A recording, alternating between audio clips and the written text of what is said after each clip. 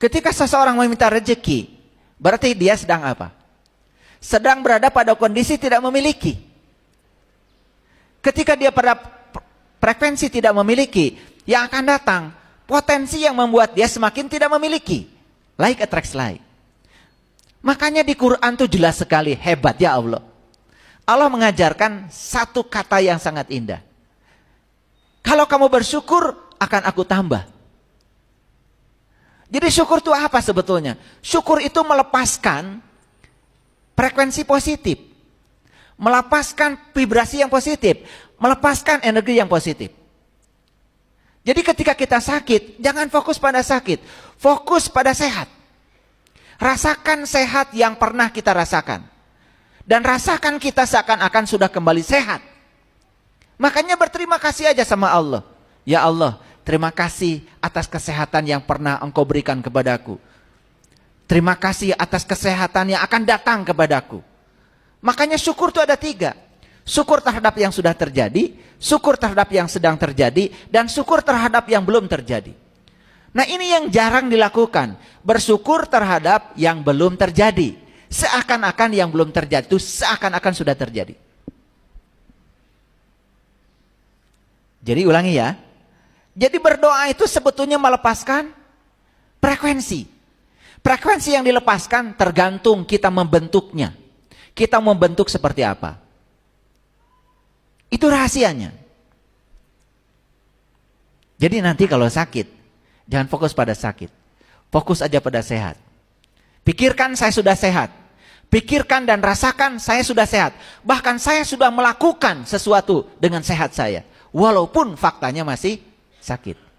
Itu akan mengalami percepatan yang luar biasa. Nah, sebetulnya ini sudah saya bagikan di YouTube. Ada yang pernah mendengarkan Hidup Menakjubkan? Dari episode 1 sampai episode yang ke-10. Kalau yang sudah mendengarkan ini, ketika mendengarkan kajian hari ini, barangkali tidak asing lagi. Karena itu sudah saya bagikan. Cuman di sana sangat cepat saya bicara. Tetapi di sini saya coba lebih lambat, lebih detail, dan saya coba beri contoh-contohnya supaya aplikasinya lebih mudah. Ulangi. Kan di Quran dikatakan, ya, siapa yang bersyukur, aku akan tambah. Jadi kalau ingin ditambah oleh Allah, cukup bersyukur. Nah, cuman selama ini kita nggak ngerti bersyukur itu seperti apa sih? Ternyata bersyukur itu merasakan berkecukupan. Merasakan berkecukupan. Merasakan kalau kita sudah punya. Merasakan kita sudah ada. Dan ternyata perasaan ada akan memancarkan frekuensi ada. Lalu kita akan menarik semua yang akan membuat kita semakin berkelimpahan. Clear dulu sampai di sini. Oke. Jadi berdoa itu apa? Melepaskan energi. Berdoa itu apa?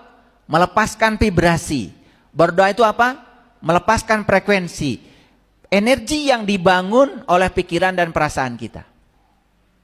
Oke, sampai sini ngerti? Kan tadi sudah saya jelaskan. Pikiran energi, perasaan juga energi. Berarti pikiran dan perasaan sekarang ini sedang siaran. Sedang siaran nih. Memancarkan frekuensi, memancarkan vibrasi. Nah, apa yang disiarkan? Itu yang akan datang. Kalau ini menyiarkan keterbatasan, yang akan datang pada kita keterbatasan. Kalau ini menyiarkan ketakterbatasan, keberlimpahan, yang akan datang adalah keberlimpahan. Makanya saya berulang kali mengatakan, kalau kita punya utang, jangan ada kata utang di pikiran kita. Ganti kata utang dengan berkelimpahan. Karena berkelimpahan berarti frekuensi kita berkelimpahan. Itu yang akan memancar dan kita akan menarik keberlimpahan. Sehingga utang lunas, saldo tabungan nambah. Banyak yang tidak percaya sama saya. Gimana caranya punya cicilan tapi cicilan kebayar dan saldo bertambah? Banyak yang tidak percaya. Saya membuktikannya. Bagaimana caranya supaya cicilan lunas dan tidak merasa menyicil? Dan saat kita menyicil atau ada tagihan cicilan, jangan berpikiran negatif terhadap cicilan. Kalau kita punya cicilan mobil, anggap saja kita ini sedang menjadi orang yang mengembangkan dunia otomotif. Dan kalau saya membayar cicilan, dunia otomotif akan maju. Saya tidak merasa dirampok dengan cicilan. Nah, perasaan dirampok itu sudah negatif. Makanya perasaan kita terhadap cicilan itu menentukan bisa bayar cicilan atau tidak. Ini agama, tetapi sudah saya up ke dalam dimensi spiritual. Karena apa? Kalau agama cuma ritus, cuma ibadah, dan kita tidak menyadarinya, dan diulang-ulang terus-menerus menjadi ritual, kalau tidak ada spiritnya, itu tidak akan membangun kesadaran. Makanya ritus itu penting, ritual itu penting. Tetapi yang lebih penting lagi adalah spirit yang ada pada ritual kita. Kalau tidak ada spiritnya, maaf ya, kita melaksanakan sholat sehari 17 rakaat, sekedar melaksanakan saja, mungkin kita hanya jadi robot. Kita tidak mendapatkan kesadaran apa-apa. Ini tidak saya jelaskan di sini ya. Kalau ingin dapat penjelasan lebih lanjut, nanti kita buka lagi judul baru. Ini kaitannya dengan bagaimana semesta melihat identitas diri kita. Sampai sini mengerti? Oke. Jadi kita sekarang harus belajar membalikan situasi. Ketika kita sakit, kita harus fokus pada sehat. Membalikan situasi. Jangan fokus pada keadaan. Keadaan sakit maksudnya. Kalau kita sekarang sedang mengalami ketiadaan, fokus kepada keberlimpahan. Karena kalau kita sedang fokus pada ketiadaan, yang akan datang semua potensi yang membuat kita semakin tidak ada. Kan ada orang, mohon maaf ya, utang itu bukan lunas, malah tambah gede. Kenapa? Karena dia berfokus pada ketiadaan, yang akan datang semua potensi yang membuat dia semakin tidak ada. Karena fokusnya tidak berfokus pada keberlimpahan.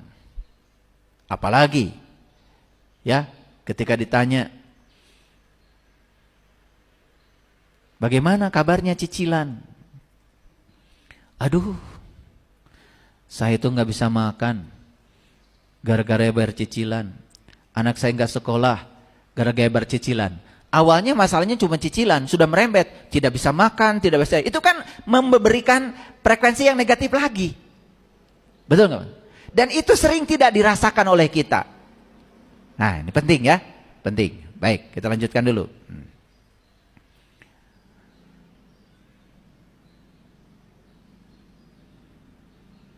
Jadi ketika sakit, jangan minta disembuhkan.